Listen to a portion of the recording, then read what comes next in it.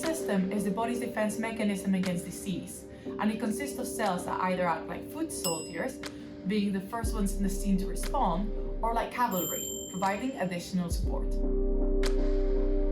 I'm Julia Salafranca from the University of Oxford, and I study neutrophils, which are the most common type of immune cells in the blood.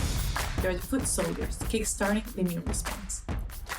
The function and shape of neutrophils changes during their life cycle from round balls, horseshoe, and lobes, but scientists don't really fully know why. My research is trying to understand this shape-shifting behavior. I have discovered that certain genes and functions can be linked to different stages of the maturation process. As immature neutrophils are present in many diseases like sepsis, cancer, and autoimmune conditions, understanding how their functions change is important for developing better disease therapies.